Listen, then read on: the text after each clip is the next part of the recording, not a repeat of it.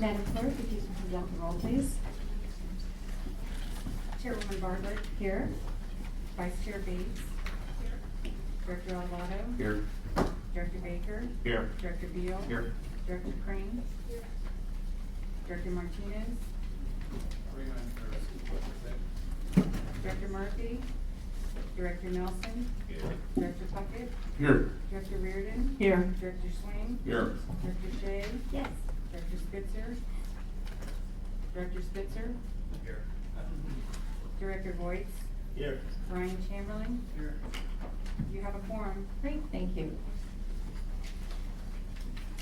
As a matter of order today, we're going to we're going to flip-flop items number 8 and 9. We have a presentation by Caltrans for item number 8.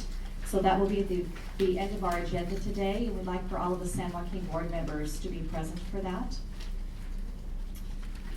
We'll now move on to item number 2, public comments. At this time, members of the public may address the Board of Directors regarding any items within the subject matter jurisdiction of the Board of Directors, but no action may be taken on off-agenda items unless authorized by law. Comments shall be limited to 3 minutes per person and 20 minutes for all comments unless the chairman, subject to the approval of the board, sets different time limits. Do we have any requests to speak this morning? No, don't. Okay, we'll now move on to item number 3, consent calendar, items 1 through 6. Move the calendar. We have a motion and we have a second. All in favor? Aye. All opposed? Okay, that item passes. Now move on to board business, items 7 through 9. We'll begin with item number 7. We could have a staff report, Mr. Lowe. Thank you. Good morning, I'm David Lowe, Director of Design and Construction. This is agenda item 7, report number 12 in your packet.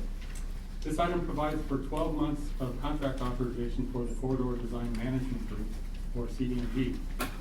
As discussed last month, CDMG provides engineering, technical, and support services for the agency, working as an extension of TCA staff. They have been providing these services to this agency and the San Joaquin Hills Agency since 1988.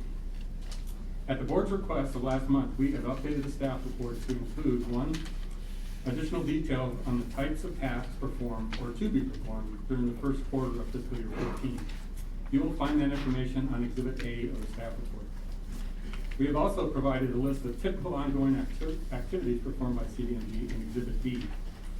Exhibit C to the staff report provides a detailed breakdown of the $3.99 million request for authorization.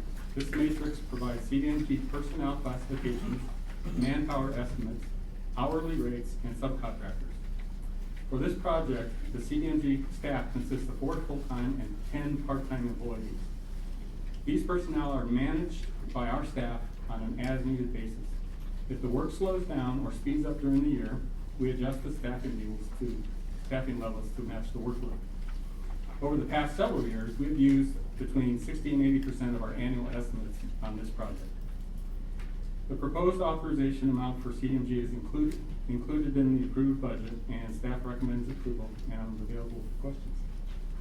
Board members, any questions for staff? Director Reardon. Yes. Hi, Dave. How are you? Could you please tell us a little bit about the terms of the contract that we have with CDMG? Length of time, commitments that we have to make, terms,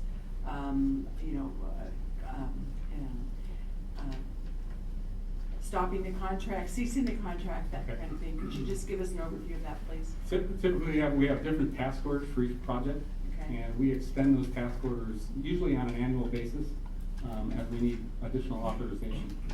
And we come to the board periodically to get additional authorization in order to do that. If we decide that we want to stop CDMG's work altogether, there's a 30-day window that we have to give them notice on. And we can do that at any time with no additional costs. And with no cost, is that Correct. correct? Okay, thank you. Any additional questions or comments, board members? Madam Chair. Yes. Thank Director you. Spitzer? Thank you, Madam Chair. At the last board meeting, I brought up my concerns. I still think $3.9 million, not in the budget, but as a separate line item for ongoing activity, which is constantly moving. We're constantly being briefed. A lot of moving parts, which is a two-way street. It's the leadership of our staff and stakeholders in the community, a lot of reliance on us as elected officials and our relationships. trying to effectuate certain policies both in the state of California and locally. I'm not comfortable with this big ticket item. I think it's a big number. And I think it needs to be parsed out on an ongoing basis with continuing dialogue on this board. And so I raised my concerns last time. I appreciate the staff bringing a more articulated list in Exhibit A and Exhibit B, but if I really wanted to, and I'm not going to spend the time, but if you read those items, it can mean just about anything you want it to mean. I mean, it's loose and, I mean, it's specific, but I could make arguments retroactively that I did or engaged in a particular behavior and point to one of those line items, and I would be hard pressed as a board member to say you didn't comply. But I couldn't expect you to articulate every scenario. But I mean, those of you, well, all of us participate in our ad hoc committees and our subcommittees, and there's just so many things going on with respect to public policy in this agency. $3.9 million. I'm not comfortable with that number going out extended for that period of time, so I'm in no vote. Board members, additional questions or comments? I would just like to ask our staff, our CEO, if you would provide the board. I'm prepared to support it this morning, but I would like to have, if not a monthly, maybe a bi-monthly report, a memo form, Neil, on how we're progressing through that $3.9 million, because my understanding it's a set aside, so it's available as we do at the county with on-call. And we have an up to amount that can be spent for each contractor, and when they reach that limit, we have to move to the next one on the list. We don't have that here, but we have a group that's working, and I'm assuming they invoice through the main contractor. So it would be important for us to see how we move through that monthly, on a bi-monthly report basis, how we're using those funds. And I think that would go to address the whole issue of why did we determine $3.X million is what was needed for this year. And that gives us a better, I think, context in which to look at it going forward. And obviously we could adjust it if we choose to bring it back on the agenda, if we feel that it's moving too rapidly without the documentation, and we would certainly look to you for that recommendation. But I would feel more comfortable with my vote today if I could be assured that you're going to provide us that ongoing record on the invoices. We'd be happy to do that. Okay, thank you. Yeah, I think it's a great idea for the board to get the monthly updates, with the progress that's been made, the dollars that have been allocated for that particular scope of work, and who's worked on that particular assignment. I think that would be beneficial for the board, so we know what's going on an ongoing basis throughout this process. Okay, thank you. Right, do we have a motion on this item? I'll move it. Okay, we have a motion. Do we have a second? Second. Okay, motion and a second. All in favor? Aye. All opposed? No. Okay, why don't we have a hand vote? It's getting a little bit confusing up here. We'll start. All in favor? Aye. Okay, raise your hand, please.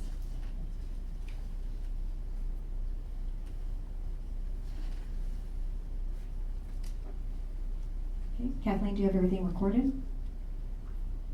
I have no's from Nelson, Murphy, Baker, Spitzer, and Shea. Correct?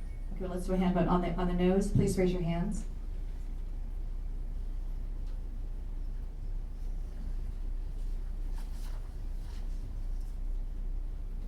Would you guys like to switch seats?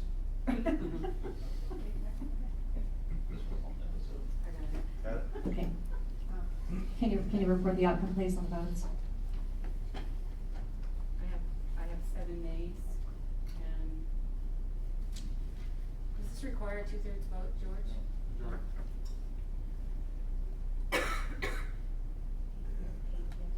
8 yeses, so it passes. By one vote? Yes. Is that correct? Okay, this item passes. Thank you, Mr. Lowe. Okay. We will now move on to item number 9, the retail marketing agreement with Albertsons. If we could have a staff report, please.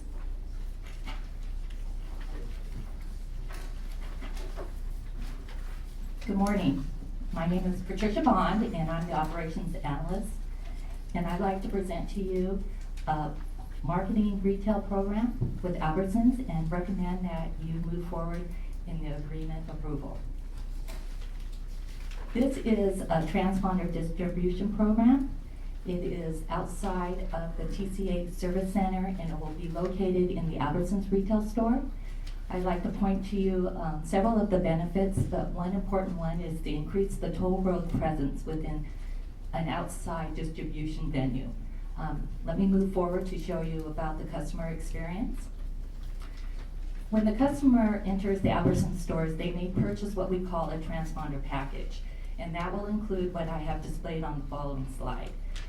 They'll go ahead and approach the service center. A cashier will go ahead and hand them this package. They'll purchase it and they can exit the store, and then how they activate the transponder, insert it in the package, will be through our website, through a link that allows them to enroll into the Fast Track account. These are the stores that are currently open for distribution. There's 30 locations, and after a month or two of the success of the program, they'll allow us to open more stores. I'm looking more towards the Inland Empire for the future stores. This is a map of all the surrounding stores around our toll road area, and hopefully the Inland Empire will be moving more and getting some of those stores in the Chino Hills area. This is a slide I'd like to present to you. This shows all the Fast Track enrollment venues currently with all our sister agencies. As you can see, we're going to go ahead and move forward upon your approval with Albertsons. Our next store will be the Walgreens store, and then hopefully we can branch out to other retail venues. And at this time, I will take any questions. Directors, any questions or comments? Hey, Mr. Stewart. I just wanted to, if I could, I'm just very pleased that we're moving in this direction, and I hope we can start providing this in a lot of other venues as well. So hopefully this will be a successful venture. I hope so too. Thank you. Thank you very much. Thank you. Directors, do we have a motion on this item? Second. Okay, we have a motion and a second. All in favor? Aye. All opposed? All right, that item passes. We'll now move on to item number 8, the Caltrans managed lane activities.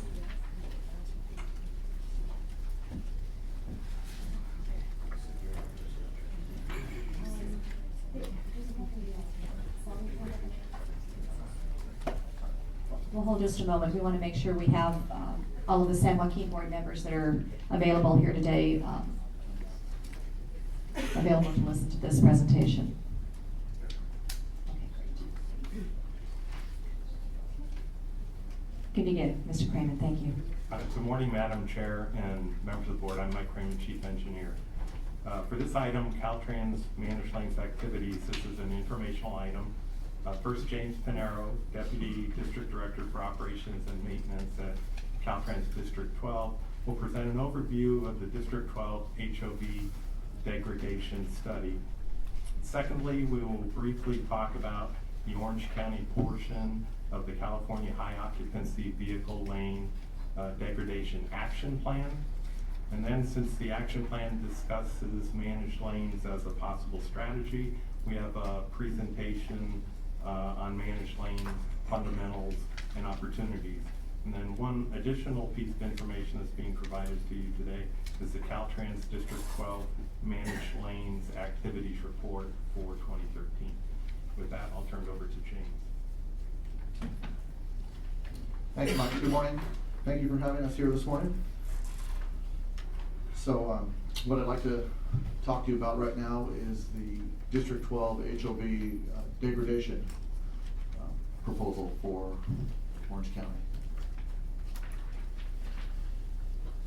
MAP 21, the current Federal Surface Transportation Act, also known as Moving Ahead for Progress in the 21st Century, was enacted in July 2012, and that requires the department to do degradation studies of all of its hot lanes and HOV lanes in the state. When we find degradation, we're required to remedy that within 180 days. That 180-day clock began on July 31st, a few weeks ago. If we don't do this, then we face potential sanctions such as loss of federal funding or loss of project approvals from FHWA. And we did meet with FHWA yesterday, and they let us know that they're very serious about this and that they really want us to find and implement remedies for degradation. So, an HOV lane is defined as a high occupancy vehicle lane, or better known as a carpool lane. And degradation is basically when the speed in the HOV lane falls below 45 miles an hour. It only has to do that for more than 10% of the time to qualify as degraded, and that can be in the morning or the weekday peak periods, which were measured statewide between 8 and 9 a.m. and 5 and 6 p.m. We look at 180-day periods from January through July and July through January. We do have significant degradation here in Orange County, but the good message is that the HOV lanes are being used. Degradation means that there's a heavy demand and heavy usage of those lanes, which we think is a good thing. That means that we're moving a lot more people in those lanes, and they're slowing down.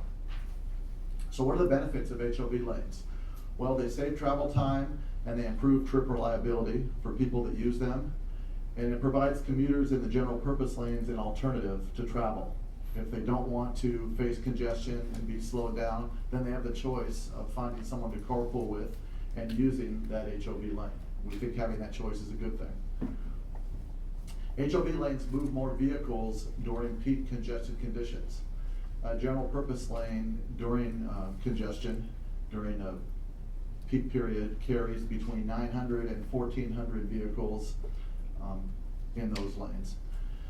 The average vehicle occupancy that we count in those lanes is an average of about 1.1 persons per vehicle. As a comparison, the lane is designed to carry about 2,000 vehicles in an ideal free flow condition. So at 65 miles an hour, no obstructions, good visibility, good weather, 2,000 vehicles per lane per hour. We're getting 900 to 1,400 in the general purpose lanes, much less. An HOV lane at the same time is measured to carry about 1,500 vehicles per hour per lane. We're counting an average of about 2.2 people in those vehicles, average vehicle occupancy. If you have a pair of lanes working side by side, they work much more efficiently because you're not controlled by the slowest driver. People can pass around slow drivers, and you can also get to accidents or broken down vehicles in those lanes much easier because you can work around them. For those reasons, those lanes can operate much more efficiently, and they can move about 1,700 vehicles per hour instead of 1,500. The real benefit of HOV lanes is that they move more people. So in a general purpose lane, you're moving about 1,500 people per hour per lane. In an HOV lane, you're moving about 3,300 people per hour per lane.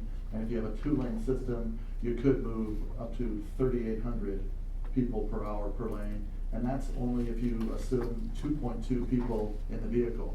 Now, in the case of the El Monte Busway on I-10 in Los Angeles, because it's such a mature system and because they have a lot of bus usage with lots of people in the buses, they're moving about 5,800 people per hour during the peak period. That's a lot of people in lesser vehicles. This table shows you a comparison of different lane types of HOV lanes and general purpose lanes. And what's really significant about this table is the 2 rows that are shown in the lavender color. And the point that I want to make is that it takes about 5 general purpose lanes to move 7,700 people per hour. And you can move the same amount of people, almost the same amount of people, with 2 HOV lanes or 2 hot lanes side by side. So if you consider how difficult it is to acquire right away and how much opposition there is to taking houses and businesses, etc., having a pair of lanes in the same amount of space makes a whole lot more sense than trying to move the same amount of people with 5 general purpose lanes. This map shows you the current HOV system in Orange County. The green shows you where we have HOV lanes on the existing freeways. Red shows you where we're going to have HOV lanes on the freeways. The red dots and some of the short segments show you projects that are under construction. For example, the 40522 is under construction. When that's complete, we will have HOV lanes in that segment. Also, it's important to note that the toll road system is shown in red, and before those toll roads are turned over to the state in the future, they will include an HOV lane. When that's done, we will have a very extensive HOV network. We believe that right now, even without the toll road conversions later, we think that we have the most complete HOV network in the nation in Orange County. We know that Orange County carries about 20% of the HOV network statewide when you look at all the urban areas. So that's significant. That's a very mature, very developed system. It's also important to note that you have an HOV lane on the 91 express lanes that are shown in blue on the top of the map. And there is a 3+ rides for free, except Thursday and Friday afternoons, then they pay half price. But it's an important part of the network. This map shows you degradation in Orange County, and all of the Excuse me, would you, pardon me, would you clear up one thing before you go on to that next slide? What's the difference between a HOV connector and an HOV facility on this chart right here? An HOV facility is basically an overall HOV lane on a corridor. So it's the looking at the entire freeway corridor. If there's an HOV lane, we call that an HOV facility. A connector is usually a structure that connects one freeway to another freeway. So if there's a direct connector from HOV lane to HOV lane, from freeway to freeway, we call that a connector. For example, if you're traveling on the 5 to the 55, there's an HOV connector from the South 5 to the South 55, whereas the entire HOV lane on the 5 is a facility. The Okay. entire lane on the 55 is a facility. Thank you. Okay.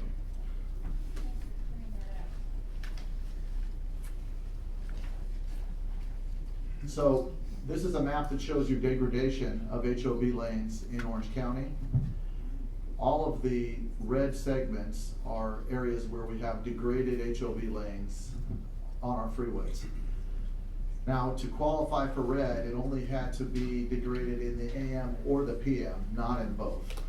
And remember, it's only 10% of the time, but we wanted to simplify and show you where we have degraded segments at any time of the day, and that's where the speed is dropping below 45 miles per hour. So you can see that degradation is extensive. It's also important to note that as the economy recovers, congestion increases.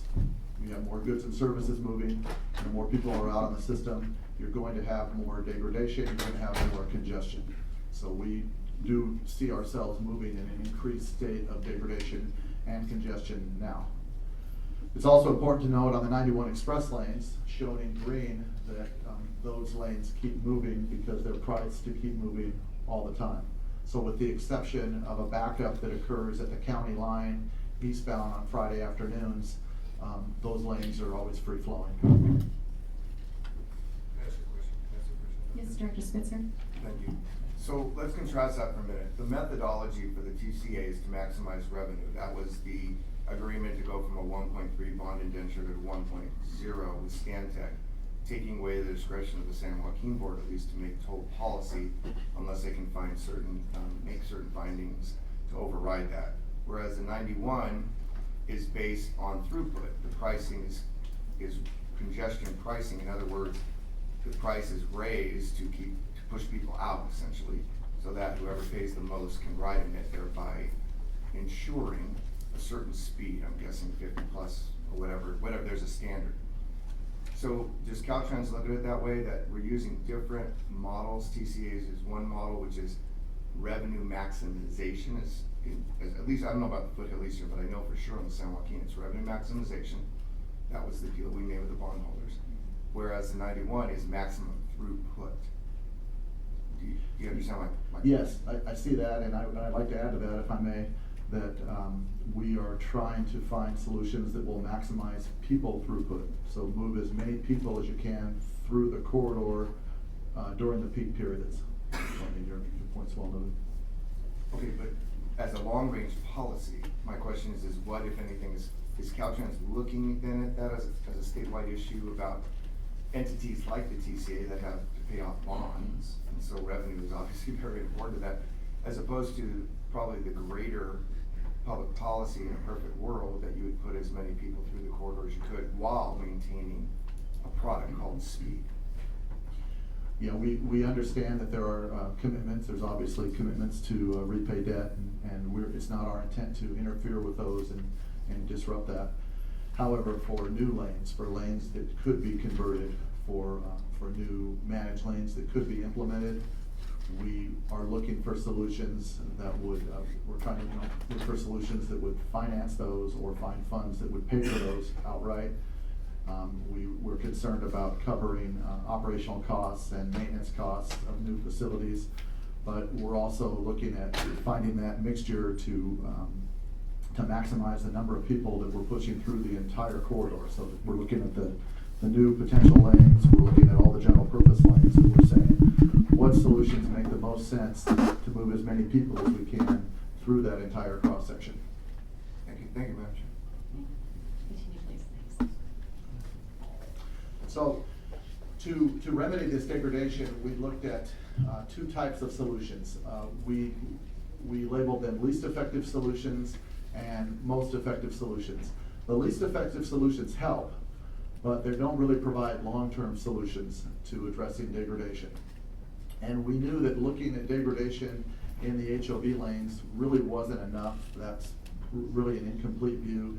So we're looking at the HOV lanes, and we're looking at corridor throughput, as I just mentioned. The least effective solutions are you can increase enforcement, and that will help for a while. You can increase violation rates, and that will certainly help, especially with the people that that violate or get the fines, and then the people that they talk to about it. But that's also has a limited value. You could prohibit the inherently low emissions vehicles from using the lanes, but they're only making up about 1 to 2% of the lanes. So even if you kick them out of the lanes, that you still have this much larger problem of demand exceeding capacity. So that doesn't help you address that long-term problem. You could provide direct access to the HOV lanes with direct connectors that we talked about a few minutes ago, and that will help you get from one corridor to the other, and that certainly allows you to avoid changing lanes from the right to the left and left to the right. But again, that's only for a limited amount of space. You could also increase your occupancy requirement to 3+ during the peak period. That'll help you address the degradation in the HOV lane, but it doesn't do much for you. In fact, it causes bigger problems in the general purpose lanes because you're pushing the 2+ riders into those lanes. So that's really not a good long-term solution either. So what are the most effective solutions to address degradation and corridor throughput on our freeways? Well, the first thing you could do is you could raise the occupancy to 3+ full-time in the single lane that's out there right now. Now, that helps you with degradation, but it's it's forcing the 2+ into the general purpose lanes, making them more crowded. That's not good as a standalone solution. Secondly, you could raise the occupancy to 3+, and then you could convert that lane to a high occupancy toll lane and sell the additional capacity, so now you're moving more vehicles in that same lane. The problem with that is that you still have the 2+ pushed into those general purpose lanes. So that's not the greatest solution either. So thirdly, and this is one that we really like, is you can add a second HOV lane to the system, keep the occupancy at 2+, so you're not kicking anybody out of the lanes, and then you have that efficient 2-lane system that I talked about. The problem with that is we don't have the money to do it. It's a nice idea, but we don't have the funding to make all the HOV systems 2 lanes.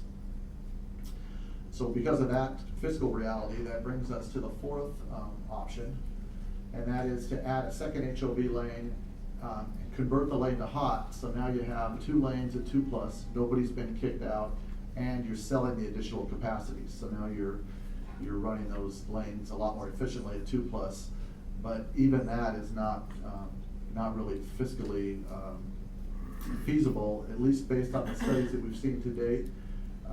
It's very difficult to find a 2+ solution unless you get a lot of free money. Like Los Angeles was able to get federal grant money for the 110 and the 10 corridors. So that was, that means they didn't have the debt to repay. Well, that's a completely different ballgame than when you've got to go out and borrow the money and repay it. You're all very familiar with that. So then that takes you to number 5, and that is if you add the second HOV lane, convert the lanes to hot, and raise the occupancy to 3+, now you're selling the additional capacity, and you're using the lanes much more efficiently, moving a lot more vehicles and people. You still haven't addressed the issue of kicking the 2+ out of the lanes at that point. So what we're searching for and would really like to find is a sweet spot solution in between 4 and 5 that would allow 2+ to somehow stay in the lanes, or at least have an incentive to stay in the lanes at some sort of a discount. But we don't like the idea of just kicking them out of the lanes because they lose their incentive to carpool, and then one car may turn into 2 cars.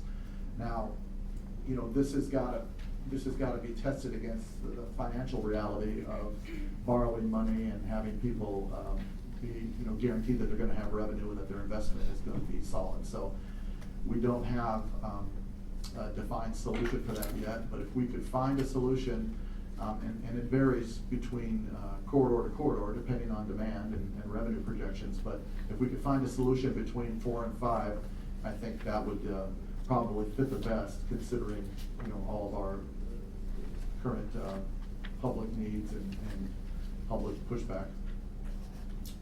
Okay. Can I ask a This- question, Dr. Shea? Just from I'm trying to picture how you have these 2 lanes next to each other, and because the access into a HOV lane is so, you have those breaks and you go in easy and get out easy. How do you go from that outside lane into this lane to get back into the general purpose lane? I mean, isn't it gonna be kind of a problem when they're speeding along? I mean, I know it works, doesn't that slow things down as well, or no? Well, that's a good question, the Chair. Yes. And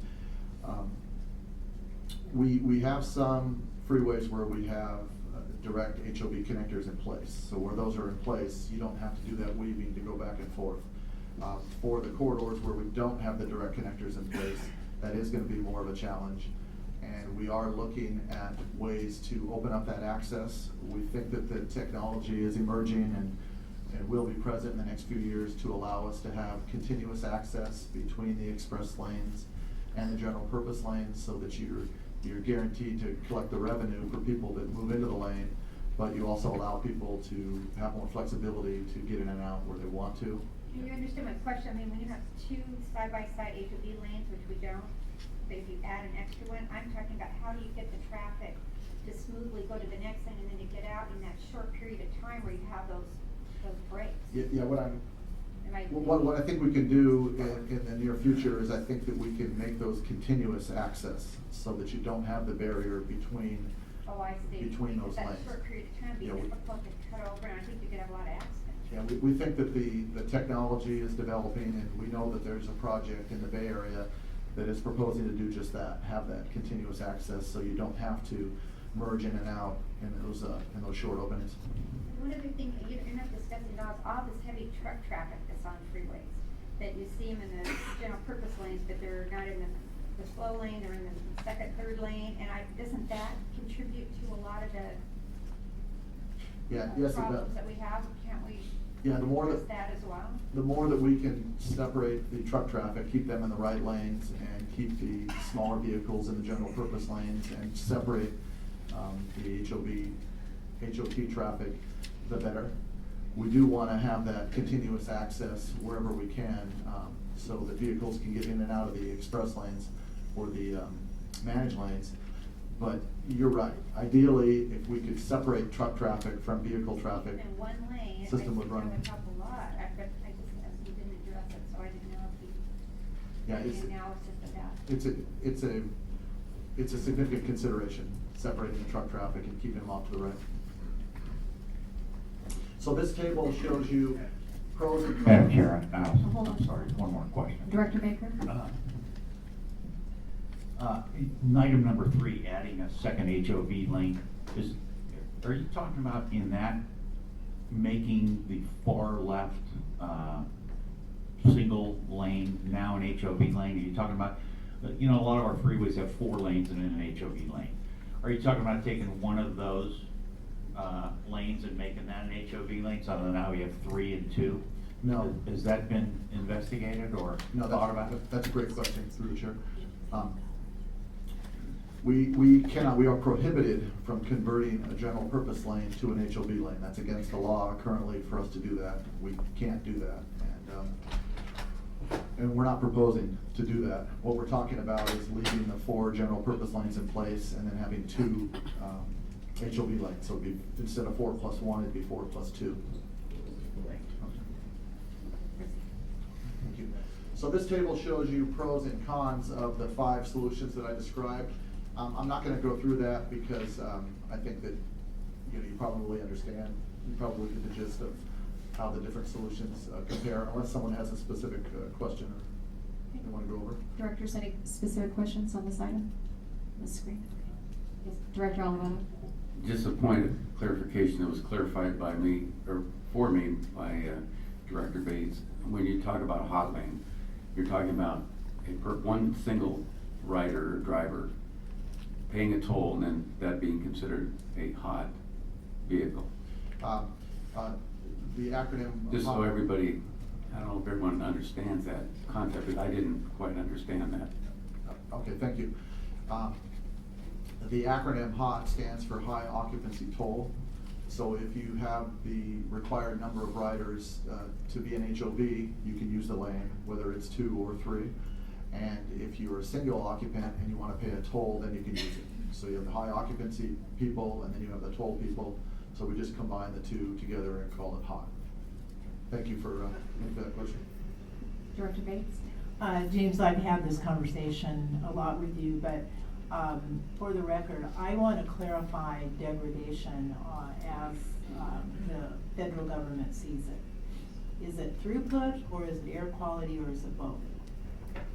Because we got this mandate that we have a degradation of our HOV lanes, which in my recollection, HOV lanes were initiated because of air quality issues. And if you didn't meet those in your basin, then you were going to be sanctioned by the feds and not receive a variety of funds. Now we start to intertwine that with throughput. So for us to take the message of the need for managed lanes to our constituency, we need to make it very clear that degradation is air quality issues by federal standards and mobility throughput in our region, and we're trying to combine the 2 to affect a solution for mobility, generate revenue to address the problems. But I get, a lot of emails that start to question another fee on top of the taxes we paid. So we had this discussion earlier. I just want it very clear as we go forward to try to come up with a solution and the right recommendation here, that we don't lose sight of air quality.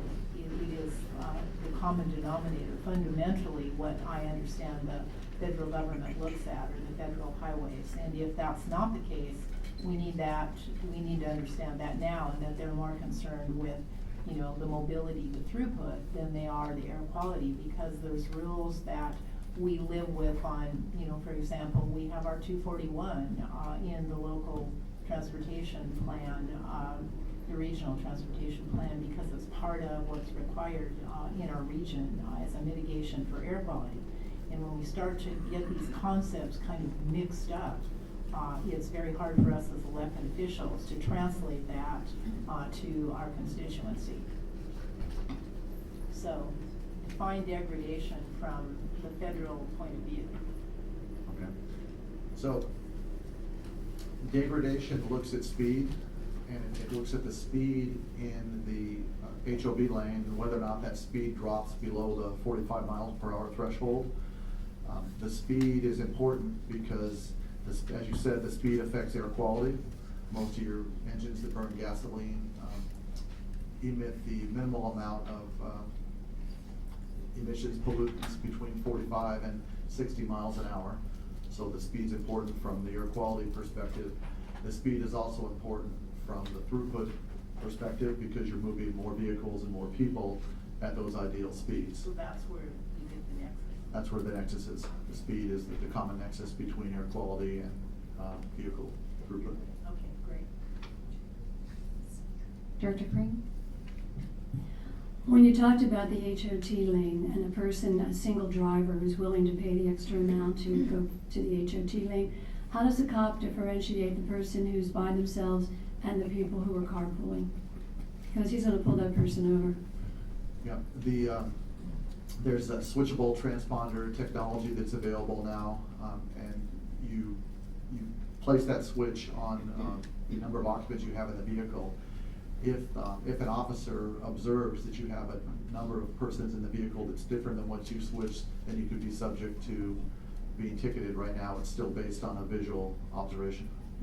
So there's something, one person in a car can switch it for the one person who's willing to pay the HOT? Right, and if you switch it to say that you've got 2 or 3 people in the car and you don't, then you're gonna run the risk that an officer is gonna see that, and then you're gonna be, Well, I understand that, but if you're a single person, there's just something that the officer can visually see that you're willing to pay the extra money to go through as a single driver, as a single passenger. yeah, when you pass through, in Los Angeles, when you pass through the reader, if you have the single switch designated, they can see that, or if you have 3, they can see that. Okay. James, if I could also add. Brian, do you have a comment? I do. The CHP officer, in most cases, there's lights on the back of the gantries that will indicate if you have your switch, your tag on 1 for single occupancy, it'll light up as a 1. So your officer that's gonna enforce it can see that light, do a visual inspection, is it gonna need 1 person in the car? And if it doesn't match, then that's when he can pull the driver. So some people refer to it as a tactile light. Can I follow up on that real quickly, because I still don't think the question was answered completely, because they can understand that when you get to what was the name? Toll booth. You know, The toll booth. the toll booth. But say you're halfway between toll booths and you're one driver and you get into that, how do you not know how do the police know that you've done something, you've got your transponder? Well, they wouldn't know visually, right? they're looking at the locations where you have a tattletale light. On the case of the 91 express lanes, you have the delineators in place, so you have to pass through the transponder reader, and you have to pass by the toll booth where someone could be physically present in the booth, looking at the drivers, and looking in that lane. Otherwise, an officer would have to see someone physically cross over the delineators to ticket them. But that's a different technology than what's being used on the 110. That doesn't answer my question either, because of the fact that if I'm just driving and I have to get somewhere very quickly, I don't have a transponder, but I'm willing to pay the extra toll, and I scoot into that lane, I don't have anything in the back of my car that identifies that. That's a problem. So I'm gonna get a ticket even though I'm willing to pay. You could be subject to a ticket. And to I answer, guess I go to court and plead my case. to answer Director Shake's question, right now, whether you have a switchable transponder, and TCA does offer the switchable transponders, but if you don't have one, the way you get ticketed, it's, the CHP will sit outside of the toll booth area on the side, and they look for the overhead lights. And when you pass through there, if you have the wrong light that lights up, indicating that you don't have a transponder in your car, they will notice that and they will pull you over and give you a ticket. But it's basically at the toll booth facility. Is that called entrapment or no? No. Just wondering. Okay, please continue. Okay, so our recommendations to address degradation and corridor throughput in the long term are to create a 2-lane system. And that 2-lane system could be a pair of HOV lanes or a pair of hot lanes. Ideally, HOV would be easier for us if we had the money, but we don't have the money. So that really leans toward creating a pair of hot lanes. And we recommend doing this as project opportunities arise. And what we mean is that if there are measure projects that arise, we support OCTA in delivering the measure projects. We are not proposing to divert that funding or interfere with those public commitments. But we are open to working with OCTA to look for opportunities to bring in additional funding to add that capacity into a project so that the public is not disrupted twice. If we could come in and do a construction project one time instead of two times, the public likes that a lot better, and it's certainly a lot more cost effective to do that. But we would have to find the funding to supplement existing projects to do that, and that would be on a case-by-case basis. Certainly subject to funding availability. Don't have all those solutions yet. There's different possibilities for borrowing money or finding grant money. In the short term, if you can't create that two-lane system on a corridor, then we would recommend converting the existing single HOV lane to a hot lane, increasing the occupancy from 2+ to 3+, so the lane keeps moving. Making it hot allows you to sell the additional capacity, so it's not an empty lane. And we would only recommend doing this when the other options of creating a two-lane system are not feasible. And we would only recommend doing it when you're adding general purpose capacity to the corridor. So for example, if you're adding a general purpose lane at the same time, you would then push your 2+ drivers out because now they have a lane to move into. If you're not adding a general purpose lane and you just kick out the 2+, now you're really gonna jam everybody into the existing general purpose lanes, and that's not good. People will not appreciate that. And then ultimately work toward creating a two-lane system long term. And then these are just some relevant activities that are going on statewide. We have 2011 study that's been done. We have submitted a degradation report. That clock began ticking July 31st. We need to identify concrete remedies with commitments to FHWA by January 31st. We're working on the 2012 HOV study now. We have a managed lanes deputy directive that's come out from Sacramento. That is being reviewed by the RTPAs currently. And we have studies going on that are looking at our existing HOV system and how we can use the existing system more efficiently. Also, how can we implement a managed lanes network in Orange County and build up that existing HOV system to make it move more efficiently and ultimately move more people through the county. We did hire a managed lanes manager about a month ago, statewide.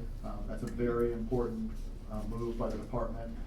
That person is going to be overseeing managed lanes activities in all the urban areas and helping us to have consistency, helping us to implement policy and to find solutions to our degradation and congestion problems related to HOV lanes. This table shows you an inventory of existing HOV lanes in the state. It's not complete, but it's a decent sampling of some of the lanes that are either in place or being planned across California. District 12 is Orange County, District 7 is Los Angeles, 11 is San Diego, 4 is the Bay Area. And then there's a couple of samples at the bottom of this table from Florida and Texas. There are many other managed lanes being developed across the country and other urban areas. And you know, really the message here is that clearly the trend is that in congested urban areas, it's getting very difficult to acquire more right-of-way. We have to find a way to work with the right-of-way that we have and move more people through the same amount of space. So how are we going to do that? The obvious direction is managed lanes for us, because there just aren't other solutions out there that are equivalent. Certainly you can put people on buses and trains and you know, other modes of transportation, change the time that they travel. But when you look at a pure freeway and vehicle usage, managed lanes make a whole lot of sense. Okay? Directors, any questions? Director Craig? Thank you. There's a bill moving in Sacramento to open up HOV lanes and non-peak. And you said peak is 9 to 10, 5 to 6. I think that's a very limited, usually it's a lot longer. How do you feel about opening the HOV lanes to keep the general purpose lanes moving quicker when the HOV lane is completely empty, off-peak hours, and letting the flow of traffic move a lot quicker? Are you looking at that? That's a good question.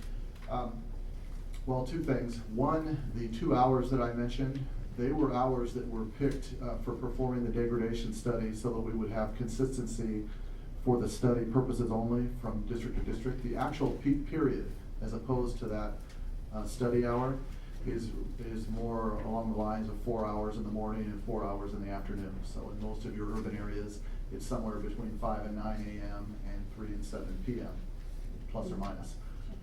So opening up the HOV lanes during those peak periods is Not during the peak periods, not during advisable. non-peak. But in the non-peak, in between those times, it won't hurt the operation of the system, except you have to consider that you're gonna have to spend the money doing a lot of striping and signing changes to accommodate that part-time usage, which could be done. But there's really not a need for it in between peaks. In the off-peak periods. Oh, I disagree. I traveled in San Jose and I think it's very effective up there, Yeah. when you can use, in non-peak periods, when you can move into those lanes. You make people happy by spending a little bit of money, so Right, so we understand that in the off-peak periods, if people have access to those lanes, they like it better because there's a sense that they're getting more access to Sure. their tax dollars. absolutely. We understand that. In terms of a pure operational demand, you don't really need that capacity in the off-peak. Your traffic is free-flowing, in between peaks. Yeah, we're all disagreeing with you. And there's a bill moving through Sacramento to that point. Okay. And the one time I was in Sacramento where it really made a big difference was there was an accident in the general purpose lanes, and it was a non-peak period, and we were able to move into the high occupancy vehicle lanes, and it get traffic moving around, so it was really very effective. Right, so during accidents and incidents, it makes a whole lot of sense to use that capacity. In a condition where you don't have the accident or incident, usually the traffic's free-flowing between the peak periods. You could just put signs up and available to go to the HOV lanes during this time and this time. Very simple. And that's what they do, they post that in San Jose, which is really effective. Okay. Directors, any additional questions? Yes. Okay. Yes, Director Reardon? Yes, hi, thank you very much for coming in and sharing this with us. Ryan has been a very good representative of Caltrans, and so now I'm gonna ask you a couple of harder questions, okay? Ryan has been very good about telling us the deficit that Caltrans is running on an annual basis, and I've repeated that many times since, the $300 billion. He was even good enough last time to correct the minutes that said $3 billion and corrected it to $300 billion deficit. Okay. What you're talking about though, James, is a massive cultural change. Massive cultural change. This is not gonna be an easy sell for any of us, okay? It's not an easy sell for you to us, as you've just seen. This is just easy stuff. So a couple of questions that I have is, number one, and Ryan touched on this at one point, what is Caltrans doing to create efficiency within the organization? Because that's gonna be one of the first questions I'm gonna get in Mission Viejo, is we keep hearing, elected officials, that there's no money, there's no money, there's no money. Why isn't there any money, and what are you doing? Because in a business environment, I didn't get away with just saying, I need more money. Okay, I didn't get away with that. It was like, go find it within the context of your resources, okay? You must be doing something wrong, is basically what I was told. So I had to always look for efficiency. So that's gonna be something that Caltrans is gonna have to do, and I would like you to come back and share some of that with us, because we've gotta be able to tell the story. I'm not convinced about managed lanes. I'm gonna tell you that this is a huge cultural shift, and people know, we've already paid for the roads that are out there. We don't wanna be paying tolls on roads that we've already paid for, and I've said this before. So that case has got to be made. I think the other thing is that some real world experience, like getting on the 5 freeway on the weekends, understand? Anybody from South County, you can't go north or south. I mean, I used to drive to LA from Mission Hill, I used to drive to Sherman Oaks, okay? And that was probably 10 or 15 years ago. That is still an easier route for me today than it would be to get on the 5 going from Mission Viejo to San Clemente or to San Diego or vice versa. So we've got some other issues that are not even addressed in here, which I think, to the point of my colleagues that they were making about using the HOV lanes during non-peak hours, I think that will go a long way to helping with the cultural shift that you're asking us to make. And you've got to think not just about the operational part, but you've got to think about you're dealing with people. And you know, we get it, if there's not enough money and you make a good case for why there isn't enough money, then you get us to start thinking about, but then we don't want to be sitting in a general purpose lane that's going 45 or 50 miles an hour with those other lanes open. That's not going to help us. Okay, so just a couple things. So if you could come back with perhaps what you guys are doing in Caltrans to start with when the funding started to dry up and why, and then explain a little bit more. I think that would be helpful. That's all. Director Spitzer? Thank you, Madam Chair. Sir, when you came to OCTA, you made a similar presentation. I don't know if you've modified it, tweaked it a little bit since then, but I asked you the question about what role, if any, can the toll roads play in this slide 5 in impacting this whole discussion, because you're now making a presentation at TCA, so I was hoping it'd be flavored to what we could do, if anything, to make a difference. This is still the generic presentation, and I get the fact that the HOVs, I don't know, 50,000 years from now will be turned back over to the state and somehow on the toll roads and become state highways when we finish paying off the debt. But what can we do now? I mean, one of the frustrations I've had is why we're not looking at our Orange County as a network. We have 2 separate entities that deal with transportation infrastructure. So can we make any connection? Your answer last time was, yeah, it would make a difference, but then Ryan caveated it, like for example on the 405, which we're discussing now, about what to do there. It probably wouldn't, because obviously the 405 and the 22 is too remote. But when I look at this and I say, if I'm coming on the 91 and I don't want to go down the 55 because the 55 is impacted, or the 57, then I could route over the 241 and to get into central Orange County into Irvine Spectrum, or I want to go south on the 5. Boy, these toll roads provide a lot of options that could impact the congestion model. So I need to know 2 things. One, what's your opinion of that? Is Caltrans studying that? And if you are, then we could engage in a discussion where, for example, you could, instead of building more infrastructure, which you're telling me it's difficult, we could get money, this agency, to offset our loss of revenue from people not paying tolls, but allowing people to come in. And we could figure out some kind of partnership, financial, to make it work for this agency to pay off its debt and allow people to use the additional capacity, which we clearly have. Okay. Well, go ahead and respond. I know. Yeah. Oh, You cover okay. that? Yeah, in the next section. So respecting Mike's presentation that's coming, let me just say this. I think when you look at degradation and the potential relief that the existing toll roads could provide, I think about roadways south of the 55 and north of the 55 in the county. We know that when we've had major emergencies like wildfires and the freeway complex fires, and in those instances, the toll roads have been shut down.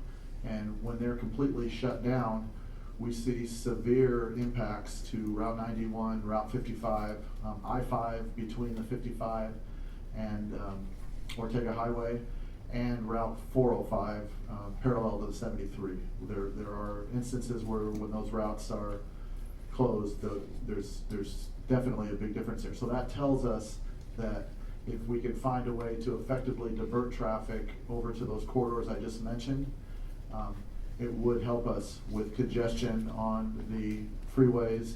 And you have to assume that if you're helping with congestion on the freeways, it's going to also help with degradation on the HOV lanes on those freeways. So 91, 55, 5, 405 parallel to the 73. Anything north of the 55 doesn't have much of an impact. But if you answered, you knew more than I did, that's why I asked the question. What you just articulated seems to me significant. And so my question is Caltrans studying how the TCA infrastructure could, if available, and we don't know because you have to figure out what that would mean financially and otherwise, but if available, could impact degradation for the existing freeway system? So are you studying it? That's yes or no? No. You're not. So my question is, I don't know, Brian, if you have to answer this or what, but given the fact that we have a potential option as an entity, the board, to potentially put that into the public access for non-paying revenue opportunities because we would work out some financial back end potentially to offset the loss of revenues, why wouldn't we put that on the table as an option? From an operational perspective, I like the idea. From an operational perspective, if we can balance the system and relieve traffic on the 91, 55, 5, and 405 by moving some of that traffic over to unused capacity on the toll roads, it's a great operational idea, and I like it. But, you said it's a great operational idea, what's the next? Let the other shoe drop here. Well, but you have obligations to repay your debt. And we're doing that. Yeah, so that's a whole other problem set. And that's a significant challenge. Is it political? Absolutely. Okay, thank you. Just wanted it on the record. We do have our obligations to our bondholders. And we're paying that, but I mean, I'm asking from a Caltrans perspective why, and what Director Spitzer is talking about. Operationally, what's holding us back? It's not operational. There's not an obstacle on the operational side. It's a political. Well, hold on a second. I was still I'm sorry. talking. No, I don't mind because it's a good dialogue and I think it's intriguing. And I raised this months ago for this reason because when you look at this grid and you see those red lines at the TCA network, you can't not see an opportunity to potentially do a deal. So we know we have amazing capacity on the toll roads, and it becomes an issue of what we do with the bondholders. But what I keep, when you talk about another lane on the 405, which is not an option that OCT has chosen at this time, but if for $100 million more, which is big money, you can put another lane on the 405. What happens? I'm not saying necessarily there because it may not be impacted by the TCA network, but if you were to say, would we say widen the 57, which we're doing now, or we don't need to widen the 57 because we can take that money and we could use the capacity on the TCA and we could offset that loss of revenue that the TCA would face and we would compensate the TCA for utilizing the road. So what I'm saying is I think Mr. Peterson needs to talk to you all and say, wait a minute, if you all are studying this, then we need to weigh in and say, we might have a commodity that is worth putting into the marketplace. And we should at least address, even if we have to eliminate, whether it's financial, operational, or political, we should at least have that discussion because we have a network that is being unutilized.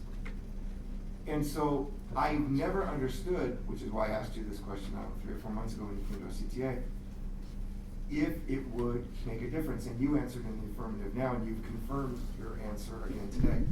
So I would just ask Mr. Chamberlain, Mr. Peterson, and whatever staff is necessary, as well as the leadership of our boards, to sit down and have this discussion, because I don't want to see this. I don't want to see this study be published, and then everybody says, "Oh my goodness gracious, we're out of compliance with FDA. They're going to take our money away," and then we did not have this dialogue. It doesn't make any sense to me that we are not at least being considered for discussion, whether it's eliminated or not, in the ultimate analysis from this discussion. It just doesn't make any sense to me on its face. And Director Reardon may be absolutely right. It's already been dismissed because it's political. But we sent a letter, saying, hey, we need to have a tie-in between the 405 and the 73 OCTA. If you're working on this deal, we talked about that letter last time, which I supported. If you're going to talk about HOV and interconnectivity. So I don't know why, as a TCA, we wouldn't weigh in on this question. I mean, we had a presentation today. It wasn't because we're a bunch of elected officials and pat us on the head and say, well, we just want you to have this information. I mean, we should be playing in this arena. We have an amazing commodity and no one's asking us to utilize it, which befuddles me. So I would ask that as part of this, and maybe it'll be more clear. I mean, I did jump to the last slide, that TCA has an opportunity to play a significant role, but we're not. And so maybe when we get to that, people remember what I said. So anyway, enough said on that, but I appreciate your candidness. I like it because you've opened up a door that I want to run through. And you can tell me later on that, hey, it's people above you in pay grade, you know, up in Sacramento. I get all that, but we need to have this discussion. Thank you. And I think some of your questions will be answered in the next phases of the presentation today. Ryan, did you have a comment? Yeah, I do have a comment to Director Spitzer's question and comments to James. The concept of a shadow toll or reducing tolls on the 241 or the 73 to attract more users was explored in the South Orange County MIS. I'm almost certain of that. Okay, so to say it's a political thing, it absolutely is, and I may be overstepping my bounds here, but if you're using taxpayers' dollars, say Measure M, to pay down the tolls, that's going to benefit majority of the residents in South Orange County. It becomes an equity issue. And so I very much think, and I absolutely agree with James in your astute observation, that if we do that, we can attract more vehicles to the toll roads. We can relieve congestion in South Orange County, 55 farther south. It's absolutely true. It's a matter of how do we fund that, and is it going to be widely accepted in the county? And I do think there's an opportunity in the department's managed lane study that's kicking off to include that in there and at least talk about it again. Maybe there's new sources of funding that we can use. I think we shouldn't let it go. But I don't want to have anybody here think it wasn't looked at in the past and that we haven't explored it. We have, but it's always good to go back and see if there are new opportunities available today or in the future. So comment noted, and we'll make sure that my team in the district understands it and puts it into their study. I'm more than happy to work with TCA in this role in OCTA. Just real quick follow-up. I've had a discussion at OCTA as the chair of the finance committee about whether or not we should engage in a discussion in our county about whether other dollars should be used to supplement HOV and other kinds of options, because we've had some very bright lines in this county heretofore. And again, I'm the kind of person that wants to have everything out on the table, discuss it. You may dismiss it ultimately in your analysis or whatever option you choose, but to not have these discussions and put it out there for public consumption and for our consumption as the electeds, to be able to see what, if any, options we have, and then to see what makes the best public policy, I think we would be remiss and miss an opportunity to have that dialogue. And I would tell you, Director Chamberlain, and I would ask you would know better as Caltrans, although anybody could find out, I guess, through some research, but there are a lot of other jurisdictions that do it differently than we do. They supplement their HOV through tax dollars, right? And I think we need to understand what jurisdictions do it, why they do it, how it impacts their system, and really understand that, because maybe there will be a time, and I put maybe because I'm not fully informed, where we would engage in moving in a direction, because while there might be an equity issue, South County is bearing the brunt of a system that they had to pay for when arguably they should have gotten this, right? And a lot of people are now going to be asked to pay for things that they believe through gas tax and other revenue sources they should have gotten.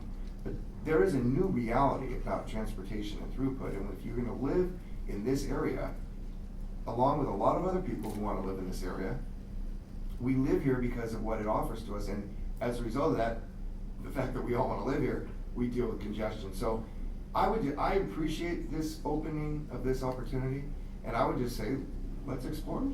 Thank you. Absolutely. Please, James, continue. Okay, so that's pretty much my portion of the presentation. So unless you have any more questions, I'd like to turn over to Mike, and I'll be on standby for anything that you can go from there. In the essence of time, let's keep this moving. Thank you. Thank you. Thanks, Jane.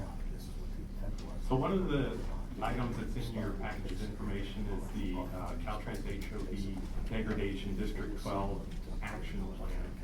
And as we look at that, This was published July 31st.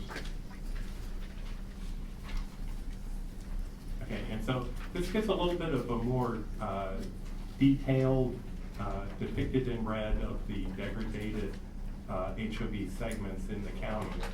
And then for the I-405 and I-5, there are a number of degraded segments which are parallel to the 73 toll road. And for the 55 and I-5, a number of degraded segments which are parallel to the 241. So if we get into the matrices that came with this, each of those degraded segments is identified, and then they talk about the potential causes and then the remediation strategies. So, for example, along the 55 in a section that parallels the 241 toll road, they talk about further action is needed, including adding the second HOV lane, as James discussed, HOV weaving lanes, or adding a second lane and converting both to hot. They also talk about increasing occupancy. This would be like going from 2+ to 3+, but acknowledge that the addition of a general purpose lane would be beneficial to that strategy. If we look over on the I-405, this is the segment from the 73 south, so this parallels the 73 toll road. And if we look at what the remediation strategy is there, again, it talks about adding the second HOV lane, weaving lane, second lane, and converting to hot. So it's the same type of solutions. One of the things here, though, direct access routes to and from Von Carmen. You know, if we put in, you know, what's commonly called drop ramps into HOV or hot facilities, that eliminates some of this left to right, right to left weaving through the general purpose lanes. And also, it's important for facilities like the 73 405 direct connects to provide connectivity and more of a network setup to get the most benefit out of either a managed lane system or an expanded HOV system. So that's in general what's in. There's more detail in the matrices that were provided to you. But since a number of the opportunities that were presented talk about hot lanes or managed lanes, we thought we'd spend some time today covering the fundamentals of that and the opportunities for TCA to play a role in this strategy. So as you can see from the Caltrans Action Plan and further in their activities report, their managed lanes are getting serious consideration for increasing mobility in the congested corridors. So this morning we've put together a very condensed presentation on managed lanes. So managed lane is a term that describes a specialized purpose to a traffic lane. So that would be high occupancy vehicle lanes. Those are a managed lane strategy.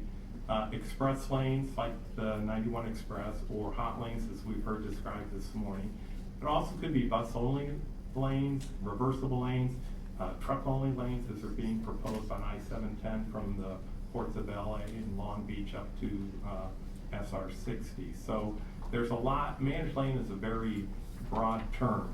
Specifically today, what we're talking about is really hot lanes like the 91 Express lanes, where the traffic that's in, you would currently have HOV traffic in general purpose lanes, and it would be some kind of a strategy which would allow the shifting from the general purpose lanes into your managed lanes, and then variable pricing would be used to keep traffic flowing. It's a way to increase throughput, and it provides options for the drivers. So why managed lanes? They're a practical alternative to adding more general purpose lanes. As James talked about, we're dealing with very restricted right-of-way in our corridor, so this is a way to get more function out of the cross sections that we have in the right-of-way. They're a way to increase throughput. For example, on the 91 Express lanes, the express lanes carry 45% of the peak hour vehicles on the 91. So that's the 2 express lanes versus 5 and 4 or 5 general purpose lanes. So we're getting more than half or almost half of the traffic in those 2 lanes. There's also synergy with transit operations, especially bus rapid transit or express buses, say from the Inland Empire to Orange County. You know, this provides an opportunity for that. And it would decrease travel time for those transit, making it a more attractive option for people. One of the things about a hot lane is it does generate revenue to pay at least a part of the cost. It also gives a critical escape valve for motorists with urgent needs for time savings. So managed lanes generate revenue and capacity. Revenue, the price per toll managed lanes help agencies generate revenue that can help offset the capital and operational costs. Capacity, we've demonstrated here how those managed lanes add additional capacity and really less of a cross-section than general purpose lanes. And it improves mobility really for everyone. So pulling traffic off the general purpose lanes into a managed lane actually provides a marginal benefit to the general purpose lanes because some traffic is pulled out of there into the managed lanes. This is interesting in terms of some of the managed lanes characteristics, which I think is sort of important to understand when you talk about making policy and the fairness aspect of it. So 10 to 40% of total traffic would typically use the managed lanes. That depends on the number of lanes and the operating policies. Typically these systems are 2-lane and they have congestion pricing. And it varies heavily by time of day. So the 91 express lanes serve only about 15% of the total daily traffic on the 91, but up to 45% of the rush hour traffic. Another important characteristic is it's typically not used every day by most drivers. So 65 to 70% of all drivers on the 91 have transponders, but on a given day, only 1 in 5 are used in the express lanes. So the perception is that 15% of the drivers use these premium lanes, but in reality, it's more like 70% of the drivers use them, but only 20% of the time. And that was based on their individual situations. If they're late for a meeting or a flight, it's used a lot by small businesses who depend on mobility to increase the productivity of their businesses. So it really is a broad range of use that providing this choice gives. So managed lanes across the United States are growing as a solution. I would say gaining popularity, but that we're finding is not always the case. There's a huge learning curve that goes with implementing these projects. So here in California, in Los Angeles, the first 2 HOV conversions are now operating on the 110 freeway and also the I-10 freeway. In San Diego, their I-15 managed lane has now been expanded to 20 miles. And they have in their long-range transportation plan a managed lane network, which includes managed lanes on I-5, 805, and SR-52. In the Bay Area, in their long-range transportation plan, they've identified a 570-mile managed lane network. And 2 conversion projects have been completed, I-680 up to Sunol Grade and on SR-237 in Silicon Valley. The Southern California Association of Governments has completed a 6-county regional managed lane study. And this study gets a little bit into really the meat of what we wanted to talk about today and kind of the opportunities that Director Spitzer has raised. So if we look at this map, this is what they identified as a strategic express lane network. So it looks at the corridors where you can get the maximum benefit from adding a managed lane. So if we focus in on Orange County there, we'll notice that the 91 express lanes are part of the network that they've identified. 405, in their description of that, they've identified the potential project on the 405 for a managed lane system, alternative 3. But that also then connects into the 73 toll road and then back into I-5. The issues along the 55 and the 5 project, in this scenario, in this express lane network that they've identified, we take advantage of the 241 as a parallel route to provide the network that then relieves congestion on the 55 and the 5, and then through the use of the 73 on the 405 and the 5. So this is very creative thinking. I think it presents that opportunity, and maybe I know that we're a big player in SCAG, and SCAG as is OCTA, as is Caltrans. And you know, this is an area where maybe this discussion can be furthered in terms of utilizing our infrastructure as part of the solution for the congestion on the parallel routes. So one thing that's important about this is it's a regional approach, the 6-county region. It provides the benefits of a network. It utilizes existing infrastructure to a high degree, and there's potential for broader political support rather than just dealing on specific freeway corridors if we look at it as more of a regional issue. Some of the key concerns to our board members as policymakers is how will the policy decisions be formulated and implemented? And just for your information, I'm not planning to answer any of these questions today, I'm just posing them. Public awareness and acceptance, redefining the roles and responsibilities of all the partner agencies. Who controls this? Caltrans or the local agencies. Network versus project benefits, the importance of parallel routes. Will managed lanes improve air quality? And is there a conflict between FHWA's degradation policy and EPA's air quality policy? I think there's some recognition of that when we talk about increasing capacity, but not doing that without increasing general purpose lanes is a way to handle that. So what is the role for TCA going forward?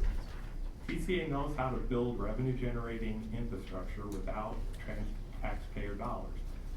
Obviously, the funding and the generation of this and then paying for it through tolls in a managed lane scenario is something that we have experience in, and we can help in that, formulating that approach. We understand tolling and toll operations. The toll road system has the potential to provide significant portions of a managed lane network for Southern California, and it's already been envisioned by SCAG. And our board members, each of you, can take an active role in the formulation and implementation of policy decisions for managed lanes. So with that, that concludes my presentation, and then James and I are available to answer any other questions that you might have today. Okay, directors, any questions? Everybody's quiet. Thank you very much. We'll now move on to our Chief Executive Officer's report. Mr. Peterson. Thank you, Madam Chairman. First of all, I'd like to have Lisa come up, Lisa Tays. And Jim Gallagher is sick today, so she's going to be subbing and providing you both with a monthly traffic and revenue report, as well as where we are as customer focused. So I wanted to, each month, of course, we've been reporting how we did the previous month on transactions. And transactions and revenues are both up for the Foothill Eastern Agency. In September, we actually saw revenue up 3.8% and transactions up 3.5% compared to our budget. What I want to show you, and you have copies in front of you, is what we started doing about a month ago in-house to better track what's happening every day. And we're calling it what did we do yesterday? And these are information that goes out to all staff, as well as we put some posters around the office to remind us that it's all about, we need to make sure we collect revenue and build our transactions, most importantly. So what you see here is I'm going to walk through each of these corners here. The top left is what you saw is we're looking at yesterday, and so we're comparing it to a year ago, the same. We look at Mondays versus Mondays and Tuesdays versus Tuesdays, because there is a difference between, of course, a Saturday traffic and a weekday traffic. So we see is by Foothill Eastern Agency and then the San Joaquin and combined is what actually happened yesterday, how many transactions, and then what happened a year ago on a similar date, so which would have been actually the 12th. And you see the percent change in the difference there. So you see the growth on a day-by-day basis. The bottom is the information. The next column down is revenue. And so you see the same thing. And certainly we see a higher change in percentage on revenue based on the toll increase. So but we're also seeing an increase in traffic, which is really good news, because we assumed in the budget with the toll increase we would see a reduction, some reduction in transactions. And then the next category here is the month to date, so we're tracking it as we grow. And what you see here then is the percent to plan, and that shows you the difference, why you see a percent change in month to date versus the percent plan. The percent plan is comparing to what we assumed the transactions or the revenues to be in the budget for this year. So overall we're up. What I wanted to point out, then we have a chart here, and we're seeing in the charts is the green lines is what we assumed in the budget our revenues or our transactions would be each month.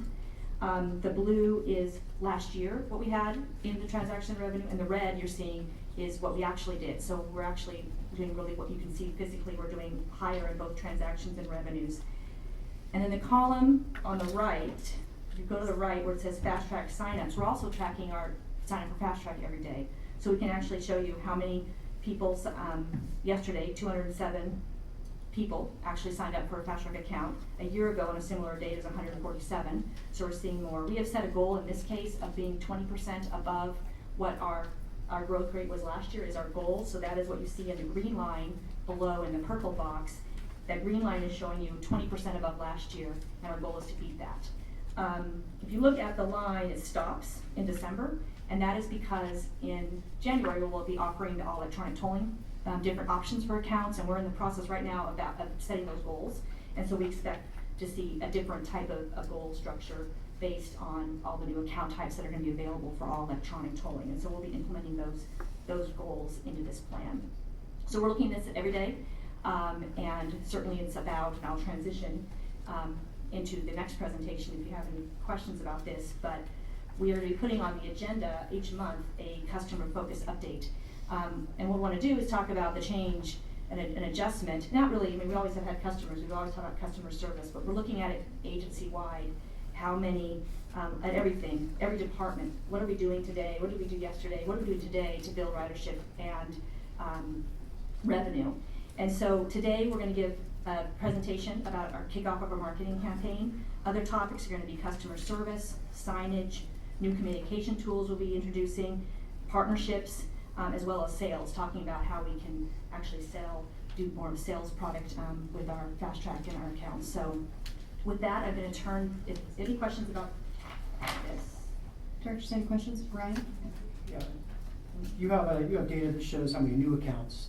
Just for comparative purposes, are we losing accounts, and if so, what percent is that? Yes, okay, so what you see below here, total Fast Track accounts, that's up today. So if you want to know exactly how many accounts we have today, we have 433 and 91 accounts.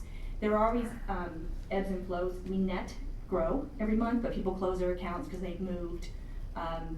Their job has changed. They don't travel that way anymore. So there are people who close accounts every month, and so this you see is the total amount we had a year ago and the total amount we have today. But we are always net positive on the accounts. So I'm going to turn this over to Lisa Vance. Good morning. Remember back at our May board meeting, we had a presentation on our marketing services, and at that time the directors asked for us to come back at a later date to talk about measurements and also to share the creative campaign utilizing our new spokesperson, Lane. So we have a really condensed version of this presentation today, which we'll share with you. We will be coming back to you at a later date in another board meeting to talk a little bit more about the campaign structure for the all electronic tolling, marketing and creative. But so real quickly, we'll go through a couple of things. We presented in May that we had a full procurement process to go through the selection process to find a new advertising agency, and there were several board members that were on that selection committee. ELA was selected and approved by the boards to be our advertising agency. The contract was, or is, a 3-year contract with 2 one-year options. And the scope of services include marketing, paid advertising, and creative services. The budgets are determined and set and approved by you on an annual basis. So next year we'll go through the review of the budgets. Just real briefly, in terms of the direction that was provided to ELA, we know, and I've kind of shared this slide with you all before, is that we know that the Southern California market is a really highly mobile market, and you know, the idea or the notion of only marketing to the area right around the toll roads is not really maximizing our opportunity to bring new drivers onto the road and to communicate that the toll roads is the best alternative to get in and through Orange County.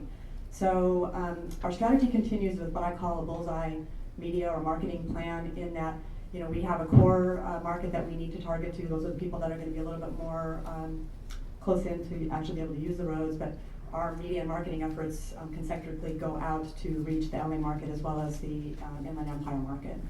We also know that it's a really fragmented market, it's expensive, so we are very astute in terms of trying to find media outlets that are efficient, and also how to plan to reach the drivers that are going to be on the road the most. So we'll talk a little bit more about that. Lisa, before you leave this one, it's Neil. Can I just add a couple of statistics to back up your point even further? 40% of the people that have our transponders live outside of Orange County. And 80% of the people that use the 241 in the morning coming south and the 241 in the evening going north live outside of Orange County.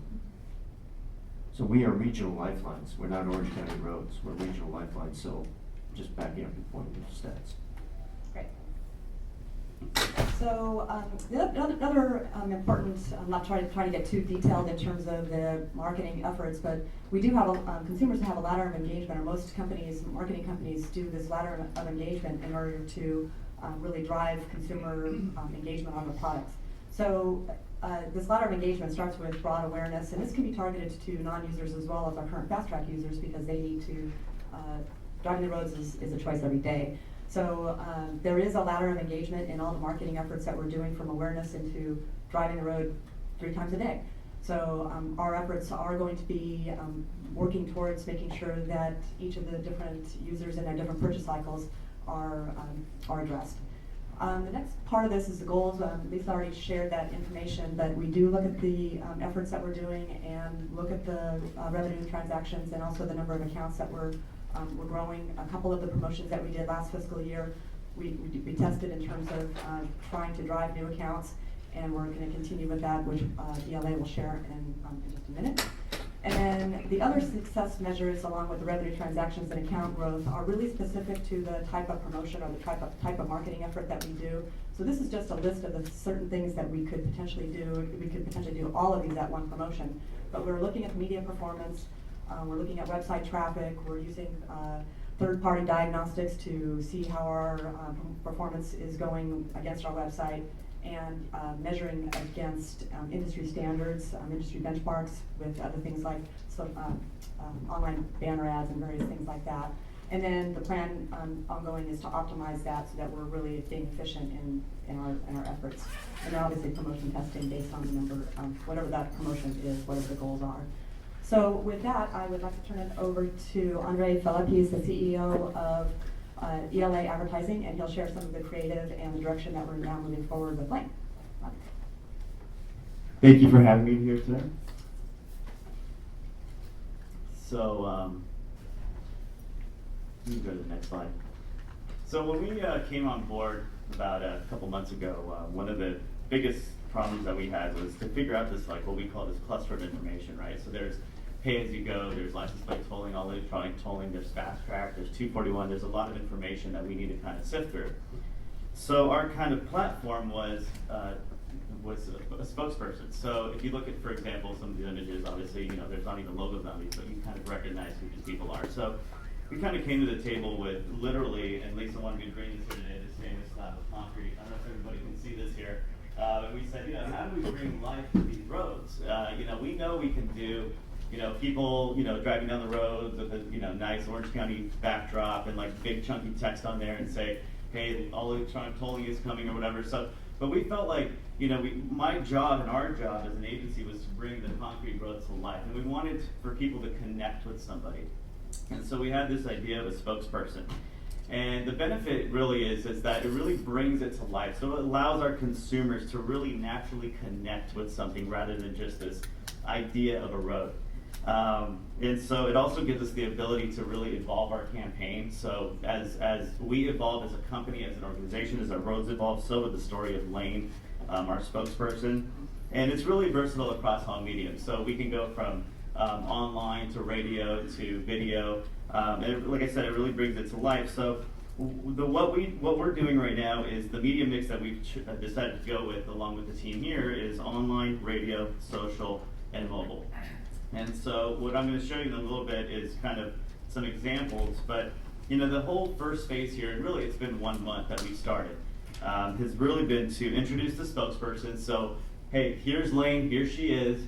And then test it against different media channels, as well as reinforce the benefits of our roads, which is, you know, saving time, saving gas.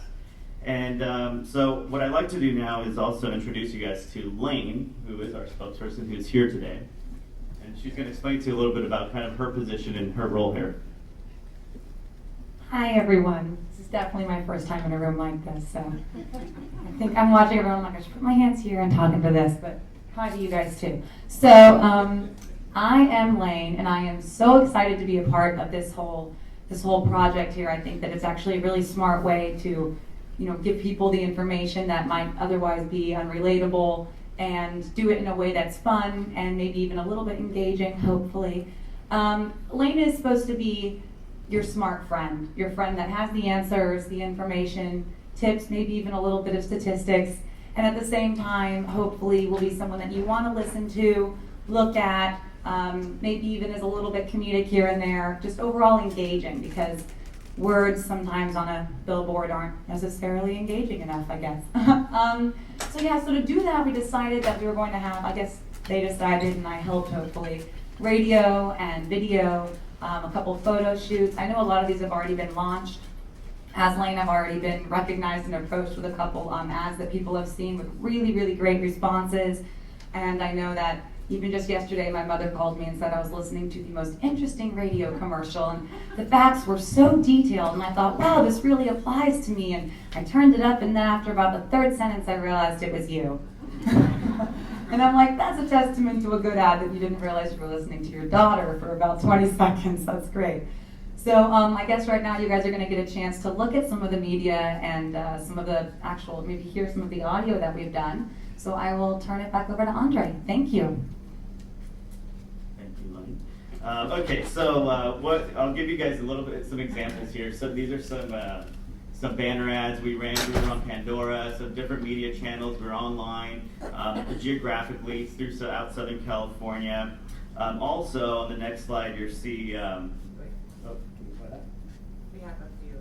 Okay, so this is an example of what a banner ad would look like. So we decided to go, take the graphic elements of your logo, the two L's of the logo in a sense, and really use that as a graphic element, simplifying the graphics, making using one of the boards, for example. And so this is kind of our first take at some examples of banner ads. We have multiple creative, multiple banner ads, but again, really simple, really graphic, just trying to get people's attention. So when you're on a website, you see this, and it starts engaging you with the messaging with the graphics.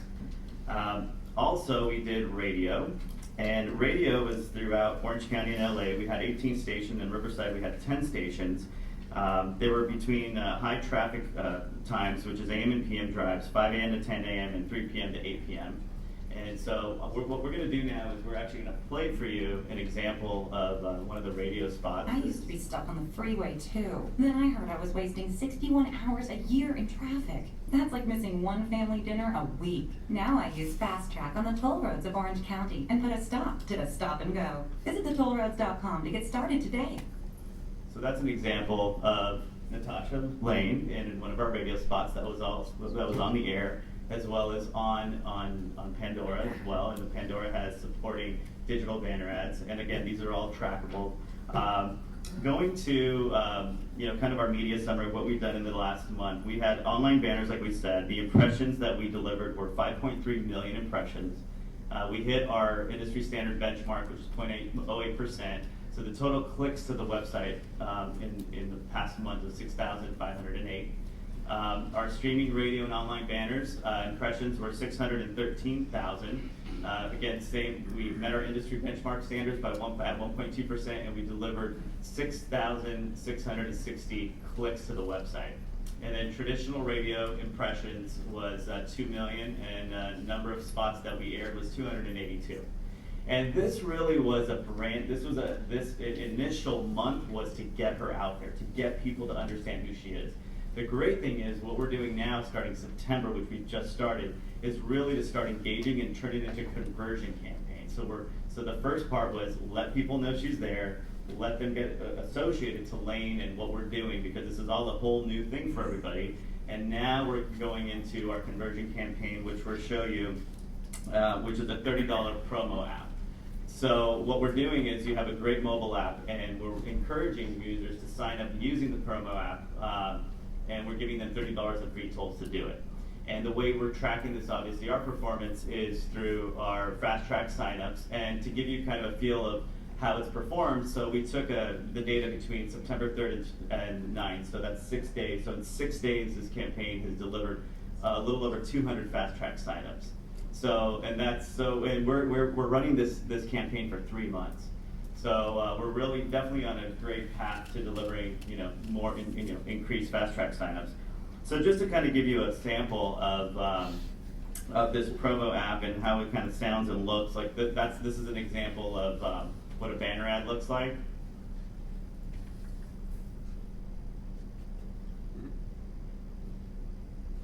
And you'll also, I think we also have some radio and a video to show you as well.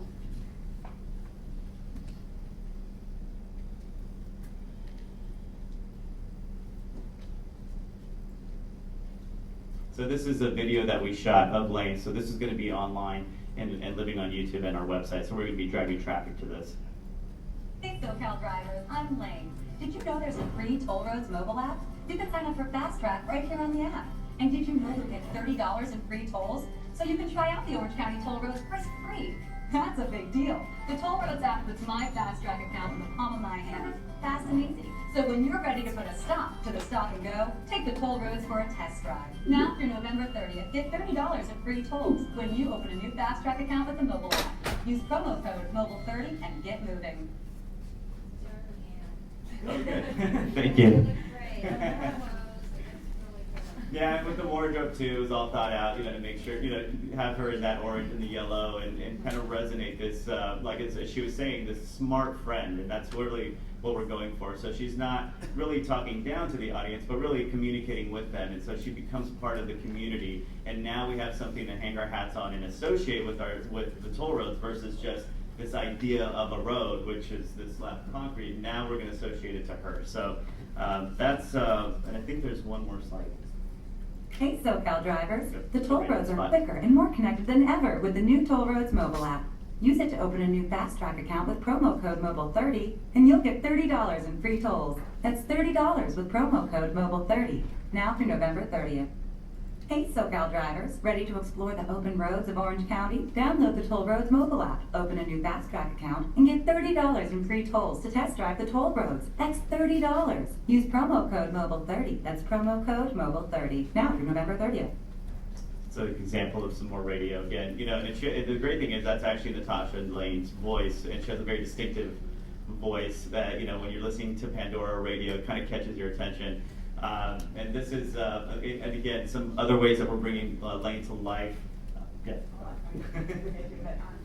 We're utilizing the other assets that we have with our website. If you've gone onto our website, we're making sure that we're having a clear connection of Lane on the website when people are coming to sign up. But we've also done an extensive outreach on our social media to have Lane as that toll tip person. And then when we first launched, when we were doing the photo shoot, we thought, our Facebook fans, we wanted to give them the behind the scenes look and glimpse, so, give them the insider. So we posted a few pictures of the photo shoot just for fun. But we're really going to be leveraging Lane in all assets that we have and making sure that, she's recognizable and provides a solution for mobility throughout Orange County.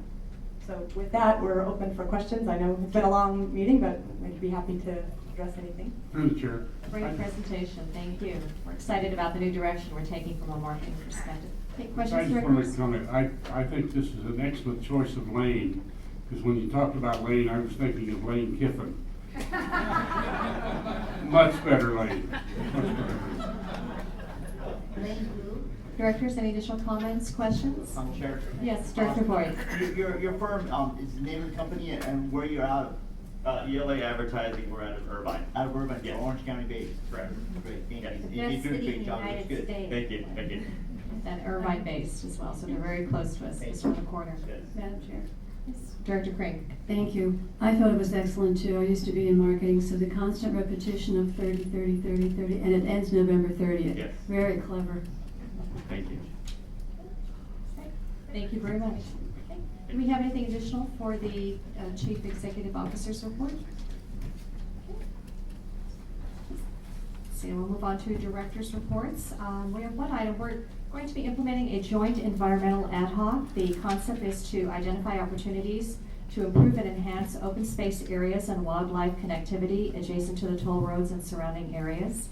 Create partnerships with members of the environmental community and interested groups to prioritize projects and identify potential funding sources.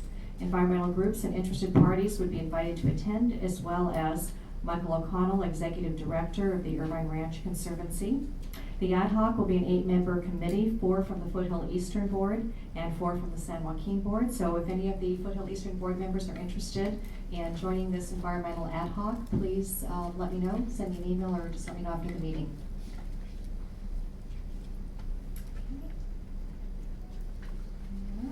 Let's see.